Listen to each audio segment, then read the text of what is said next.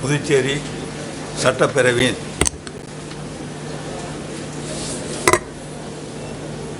உறுப்பினராக தேர்ந்தெடுக்கப்பட்டுள்ள நான் ரங்கசாமி என்னும் நான் சட்ட முறைப்படி நிறுவப்பெற்றுள்ள இந்திய அரசியலமைப்பின் உண்மையான நம்பிக்கையும் பற்றுறுதியையும் கொண்டிருப்பேன் என்றும் நாட்டின் இறையாண்மையையும் ஒருமைப்பாட்டையும் நிலை நிறுத்துவேன் என்றும் நான் உறுப்பினராக மேற்கொள்ள இருக்கும் கடமைகளை நேர்மையுடன் நிறைவேற்றுவேன் என்றும் கடவுள் அறிய உறுதி கூறுகின்றேன்.